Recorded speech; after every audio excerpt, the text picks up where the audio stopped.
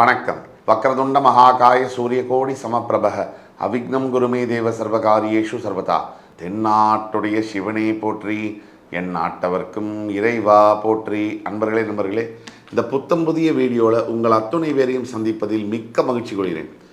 அதிசார குரு பயிற்சி சிறப்பு பலன்கள் 2025 இந்த வரிசையில் மிதுன ராசியில் இருக்கக்கூடிய குரு பகவான் தற்சமயம் அக்டோபர் 18ஆம் தேதி சரியாக கடகராசிக்கு அதிசாரம் பெற்று சஞ்சரிக்கிறார்.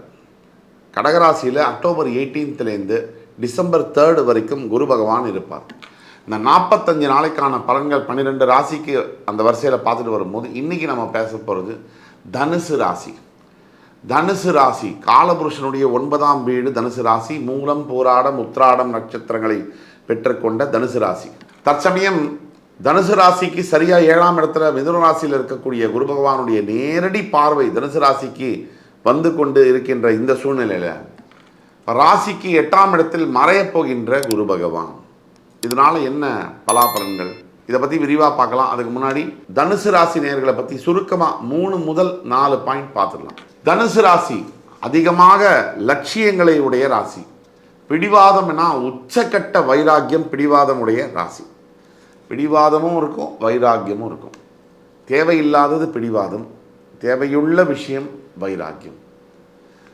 ஆனால் எந்த விஷயத்துக்கும் தனுசு ராசிக்கு இருக்கக்கூடிய குழப்பம் என்பது வேறு எந்த ராசிக்கும் இருக்காது. தனுசு ராசியை பொறுத்த வரைக்கும் அடுத்தவங்களை ஏமாற்றக்கூடாதுன்னு நினச்சி ஆனால் தன்னறியாமல் ஏதோ ஒரு விஷயத்தில் தவறு செய்வாங்க. உலகம் பூராவும் நான் தான் நியாயம்னு சொல்கிற தனுசு ராசினியர்கள் அவங்களே நியாயத்தை மீறுவாங்க. அதுதான் தனுசு ராசி. ஆனாலும் தனுசு ராசி நல்லவங்க தான், அதில் எந்த மாற்று கருத்தும் இல்லை. இவங்க மட்டும்தான் நல்லவங்க உலகத்தில் அப்படின்னு நம்பக்கூடியவங்க தனுசு ராசி. மற்றவங்களை சில சமயங்களில் ஒரு பொருட்டாவும் மதிக்காதவர்கள் தனுசு ராசினியர்கள். ஆனால் உண்மையிலேயே பார்க்க போனால் நல்ல எண்ணங்கள், நல்ல பழக்க வழக்கங்கள், நல்லது உடையவர்கள் தனுசு ராசி. காலத்துடைய கொடுமையினாலும் இப்போ நம்ம சொல்லக்கூடிய பொது பலன்கள் பிறப்பு ஜாதகத்தில் சில மாறுதல்கள் இருக்கும்போது மிகப்பெரிய அளவில் மாற்றங்கள் இருக்கும். தனுசு ராசியை பொறுத்த வரைக்கும் எதிலும் எப்பவும் மாறாமல் இருக்கின்ற மனம் வேண்டும் தனுசு ராசிக்கு. மற்றவங்களை மாற்றக்கூடியது ஒரே வழி அன்பும் நேர்மையும் தான். தனுசு ராசிக்கு தற்சமயம் 7ல் இருக்கக்கூடிய குரு 8ல் மறையிறது ஒரு விஷயம். குரு பகவானை பொறுத்த வரைக்கும் எந்த இடத்துல இருக்கார் அப்படிங்கிறத விட அவர் பார்க்கின்ற வீடுகளுக்கு தான் பலம் அதிகம். அந்த வகையில் தனுசு ராசியுடைய 12ஆம் வீடு, 2ஆம் வீடு, 4ஆம் வீடு, இந்த 3 வீடுகளை, இந்த 3 வீடுகளை குரு பகவான் பார்க்கிறார். 12, 2, 4. 12ஆம் வீட்டை பார்க்கக்கூடிய குரு பகவானால் என்னென்ன லாபம்? 12 அப்படிங்கிற வீடு தாம்பத்தியம், வெளிநாடு சம்பந்தப்பட்ட வேலை வாய்ப்பு, திருமணம், வேலை தொடர்பு எல்லாமே. 12 அப்படிங்கிறது நிம்மதியான உறக்கம், 12 அப்படிங்கிறது கனவுகள், 12 அப்படிங்கிறது விரயம். இது எல்லாம் இந்த வீட்டை பார்க்கக்கூடிய குரு பகவானால் நல்ல உறக்கம், நிம்மதியான தூக்கம் யாருக்கு இருக்கும்? யாருக்கு வாழ்க்கையில் எந்த பிரச்சனையும் இல்லையோ அவங்க நிம்மதியாக இருப்பாங்க. அப்போ 12ஆம் வீட்டை பார்க்கக்கூடிய குரு பகவானால் நல்ல தூக்கம் இந்த அக்டோபர் 18லேருந்து டிசம்பர் 3 வரைக்கும் தனுசு ராசிக்கு இருக்கும். அதே மாதிரி குரு பகவானுடைய பார்வையினால் நல்ல தாம்பத்திய உறவு, அருமையான கணவன் மனைவி, பரஸ்பர நட்பு இதெல்லாம் இருக்கும். அதே மாதிரி 12ஆம் வீட்டை பார்க்கக்கூடிய குரு பகவானால் மிகப்பெரிய அளவில் கடன் தொல்லையிலிருந்து விடுபடுவது. காசு தேவையில்லாமல் தனுசு ராசிக்கு இன்றளவும் விரயமாகி கொண்டிருக்கு. அதுக்கு காரணமும் நீங்கள் தான். தேவையில்லாத இடத்துல அதிகமாக காசு செலவு பண்ணுறதும், தேவையுள்ள இடத்துல காசு செலவு பண்ணாமல் மிச்சம் பண்ணுறதும் நினைக்கிறதும் தனுசு ராசி தான். இந்த விஷயத்தை குரு பகவானுடைய பார்வை 12ஆம் வீட்டில் விடும்போது உங்களுக்கு தேவையில்லாத காசு பண விரயம் நிற்கும். அடுத்தபடியாக உங்களுடைய 2ஆம் வீடு என்று சொல்லக்கூடிய மகர ராசியை குரு பகவான் பார்ப்பதனால தனம், வாக்கு, குடும்பம் இந்த 3 விஷயங்களும் ஓரளவுக்கு சுபத்துவம் பெறும்.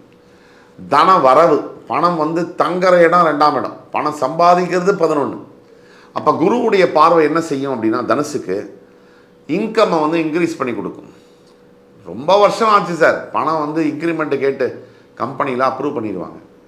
வெளிநாடு போகணும் சார், இப்போ வெளிநாடு 12ஆம் இடத்தை பார்க்கறதுனால வெளிநாடு செல்லக்கூடிய பாக்கியங்கள்னு வரும். வெளிநாட்டில் வந்து குடிபெயர்றது, படிக்கிறதுக்கு போகிறது, வேலை பார்க்குறது, கல்யாணம் பண்ணிக்கிறது, ஏன் செட்டில் பண்ணுறது, வியாபாரம் பண்ணுறது எல்லாமே நடக்கும். இப்போ 2ஆம் இடம் பணம் வருது இல்லையா, 12ஆம் இடத்தை பார்வையினால 2ஆம் இடம் பணம் வரும்போது அந்த பணத்தை சேர்த்து வைக்கக்கூடிய பாக்கியமும் வரும். நீங்கள் சொன்னால் நடக்கும். இப்போது இந்த 45 நாளில் அதே மாதிரி வேண்டிக்கிறது நடக்கும். அதே மாதிரி 2ஆம் இடத்தை குடும்பஸ்தானமும் வர்றதுனால குடும்பத்தில் இருக்கக்கூடிய சச்சரவுகள், இன்றைக்கி தேதி எடுத்திங்கன்னா இந்த குடும்பத்தில் இருக்கக்கூடிய பிரச்சனைகள் மாதிரி ஒரு பிரச்சனைகள் எங்கேயுமே இல்லை. வெளியில் எவ்வளோ பிரச்சனை இருந்தாலும் ஒரு ஆண் மகனாலேயோ ஒரு பெண்ணாலேயோ சமாளிக்க முடியும். ஆனால் குடும்பத்தில் ஒரு பிரச்சனைனா எவ்வளவு ஸ்ட்ராங்காக இருக்கிறவங்க கூட நொடிஞ்சு போயிடுவாங்க. இந்த போக்கை நம்ம பார்க்க முடியும். குடும்பம் நல்லா இருக்கணும் அப்படின்னா கண்டிப்பாக இந்த இடத்த குரு பார்வையினால், இந்த வாக்குஸ்தானத்தை குரு பார்க்கறதுனால, குடும்பஸ்தானத்தை பார்க்கறதுனால தனுசு ராசிக்கு விடிவு காலம் பிறக்கும். நல்லதோ கெட்டதோ, பிடிச்சிருக்கோ பிடிக்கலையோ, கணவன் மனைவி பிரிஞ்சிருக்கீங்களோ சேர்ந்துருக்கீங்களோ, எது உங்களுக்கு நல்லதோ அந்த நல்லதை கடவுள் பண்ணுவார். அதை தான் நான் சொல்கிறேன். சில இடத்துல பிரியறது தான் நல்லதுன்னா அதை செய்வார், சில இடத்துல சேர்றது தான் நல்லதுன்னா அதை செய்வார். இதை மனசில் வச்சுக்கணும். அடுத்தபடியாக உங்களுடைய 4ஆம் வீடு என்று சொல்லக்கூடிய உங்கள் ராசிநாதனோட இன்னொரு வீடு மீன ராசி. அந்த இடத்த 9ஆம் பார்வையாக பார்க்கக்கூடிய குரு பகவான், ராசிநாதனே உங்கள் ராசிநாதனுடைய இன்னொரு வீடு 9ஆம் இடம், அது உங்களுக்கு 4ஆம் இடத்தை பார்க்கறதுனால ஸ்திரத்தன்மை, 4ஆம் இடம் ஸ்திரத்தன்மை ஏற்படுத்தும். எதில்? வீடுகளில், நிலத்தில், ப்ராப்பர்ட்டி, இமூவபிள் அசெட்ஸில் ஸ்திரத்தன்மையை கொடுக்கும். புதுசாக வீடு வாங்குகிறேன், வாகனம் வாங்குகிறேன், அதிலெல்லாம் ஒரு ஸ்திரத்தன்மையை ஏற்படுத்தும். ஒட்டுமொத்த வாழ்க்கையில் இந்த 4ஆம் இடத்தை பார்க்கக்கூடிய குரு பகவானால் மிகப்பெரிய அளவில் மாற்றங்கள் நடக்கும். மாற்றங்கள் நடந்தே தீரும். தாயாரோட உடல்நலம் மிகப்பெரிய அளவில் இம்ப்ரவைசேஷனை பார்க்கும். அதே மாதிரி சமுதாயத்தில் உங்களுடைய அந்தஸ்து, செல்வாக்கு இதெல்லாம் மாறும். எந்த இடத்துல நீங்கள் அவமானப்பட்டீங்களோ, அந்தந்த இடத்துல யார் அவமானப்படுத்தினாங்களோ அவங்களே ஒன்று உங்கள்கிட்ட வந்து மன்னிப்பு கேட்குற சூழ்நிலை ஏற்படுத்தும். இல்லை அவங்கள தாண்டி ஓவர் கம் பண்ணி நீங்கள் அவங்க முன்னாடியே பெரிய அளவில் வாழ்வதற்கான சந்தர்ப்பத்தை ஏற்படுத்தி கொடுக்கும். எல்லாத்துக்கும் மேலே 4ஆம் இடத்துல என்னென்ன விஷயங்கள்னால் உயர்கல்வி இதெல்லாம் உங்களுக்கு தரும். அதே மாதிரி 4ஆம் இடம் என்பது தாயார் ஸ்தானம். அந்த வீடு, வாகனங்களை, புதிய வாகனங்களை வாங்குவதற்கான விஷயங்களை ஏற்படுத்தி கொடுக்கும்னு சொன்னோம். எல்லாத்துக்கும் மேலே ஒரு விஷயம், நம்ம ஆரோக்கியம், சுகஸ்தானம். என்ன சம்பாதிச்சு பேரு புகழெல்லாம் இருந்தாலும் நமக்கு ஆரோக்கியம் இல்லைன்னா அத்தனையும் பைசா பிரயோஜனம் இல்லை. இந்த தத்துவத்தை உணர்த்துவதற்காக குரு பகவான் உங்கள் 4ஆம் இடத்தை பார்க்கிறார். அதிசார குரு விசேஷம். உங்கள் சுய ஜாதகத்தில் மட்டும் நான் இப்போ சொல்கிற விஷயங்கள்லாம் பொது பலன்கள். கொஞ்சம் கூட உங்கள் சுய ஜாதகத்தில் நல்ல பலன்கள் இருந்துச்சுன்னு சொன்னால் இப்போ சொல்கிற பலன்கள் 100 மடங்கு வேலை செய்யும். அது உங்களுக்கு தெரியணும். அடுத்து உங்கள் வாழ்க்கையில் என்ன நடக்க போகுதுன்னு தெரிஞ்சுக்கணுன்னா கீழே கொடுக்குற வாட்ஸ்அப் நம்பர் எங்களை தொடர்பு கொண்டு பேசுங்க. கண்டிப்பாக உங்கள் சுய ஜாதகத்தை பார்த்து நானே உங்களுக்கான துல்லியமான எதிர்கால பலன்களை சொல்கிறதுக்கு காத்துட்ருக்கேன். இப்போ பரிகாரம்னு வரும். ஆபத் சகாயேஸ்வரர் இந்த கோவில் குரு பகவான் ஆலங்குடியில் இருக்கக்கூடிய ஸ்தலம்.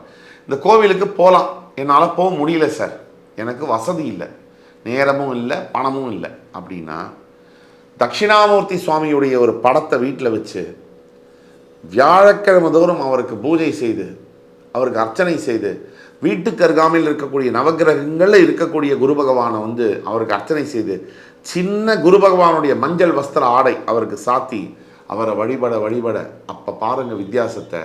எண்ணி 25 நாளைக்குள்ள உங்கள் வாழ்க்கையில் பெரிய அளவிலான மாற்றங்கள் நடக்கும். உங்கள் ஜாதகத்தை பற்றி உங்களுக்கு தெரிஞ்சுக்கணுமா, எங்களை தொடர்பு கொள்ளுங்கள். இன்னும் துல்லியமாக உங்களுக்கு என்ன நடக்கும் அப்படிங்கிறத பற்றி விரிவாக பேச முடியும்.